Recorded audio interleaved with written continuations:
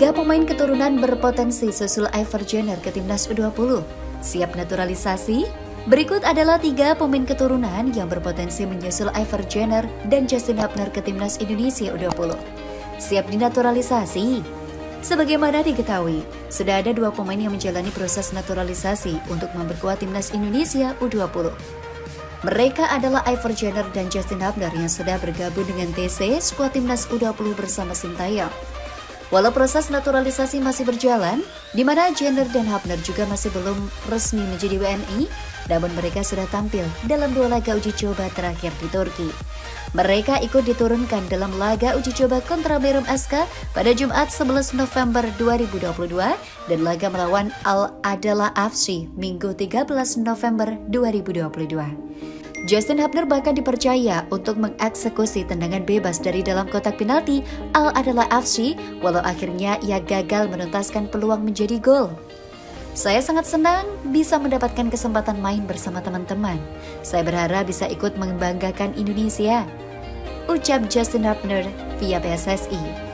Melihat keterbukaan timnas Indonesia U20 pada Iver Jenner dan Justin Hubner, alhasil ada tiga pemain keturunan lainnya yang diduga tertarik untuk naturalisasi jadi WNI. Berikut Indosport merangkum tiga pemain keturunan yang berpeluang untuk menyusul Iver Jenner dan Hubner sebagai pemain naturalisasi di timnas U20. Pertama, Tristan Jojot. Tristan Jojot 18 tahun, merupakan salah satu nama pemain keturunan Indonesia yang cukup mentereng di level Eropa. Sebab, Tristan Jojot diketahui bermain untuk tim junior Ajax Amsterdam, salah satu tim terbesar dan bersejarah di Liga Belanda. Pemain yang berposisi sebagai fullback ini pun sudah pernah tampil di UEFA Youth League bersama Ajax Amsterdam U19. Tristan juga bisa bermain di posisi lain, yakni bek tengah. Beberapa waktu lalu, utusan PSSI yang bertugas mengurus pemain naturalisasi, Hamdan Hamidan, menuliskan komentar menarik di akun Instagram Tristan Jojot. Hal ini menjadi pertanda bahwa Tristan merupakan salah satu target utama PSSI untuk dinaturalisasi untuk menambah kekuatan timnas U20 nantinya. Kedua, Delano van der Heyden. Delano van der Heyden, pemain keturunan yang saat ini tergabung di skuad Feyenoord Rotterdam U21, juga menjadi salah satu target naturalisasi timnas U20. Pemain yang berposisi sebagai gelandang serang ini memang sudah sempat bermain di timnas Belanda kelompok U16 dan U18. Sejauh ini, Delano sudah mencatatkan 7 gol dan 3 assist dari 7 pertandingan.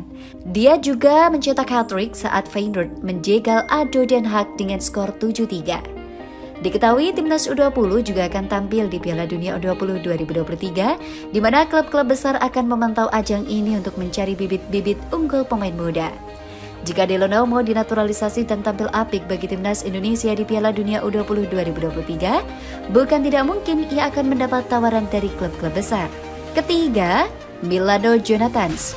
Milano Jonathans diketahui memiliki status yang lebih wah dari dua pemain sebelumnya, karena kini Jonathans telah menembus tim utama VTC Arnhem.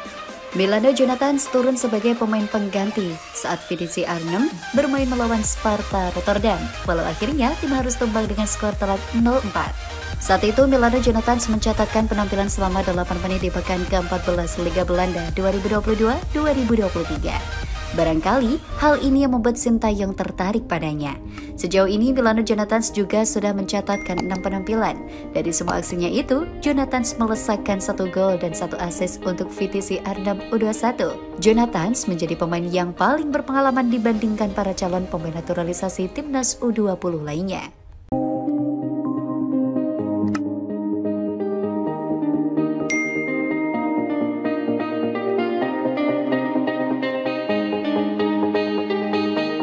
Pelatih Slovakia cari manfaat dari uji coba kontra timnas Indonesia U20.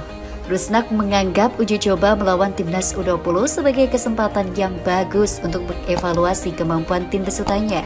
Pelatih Slovakia U20 Albert Rusnak menganggap timnas Indonesia U20 sebagai salah satu favorit di Piala Dunia U20 2023, mengingat statusnya sebagai tuan rumah.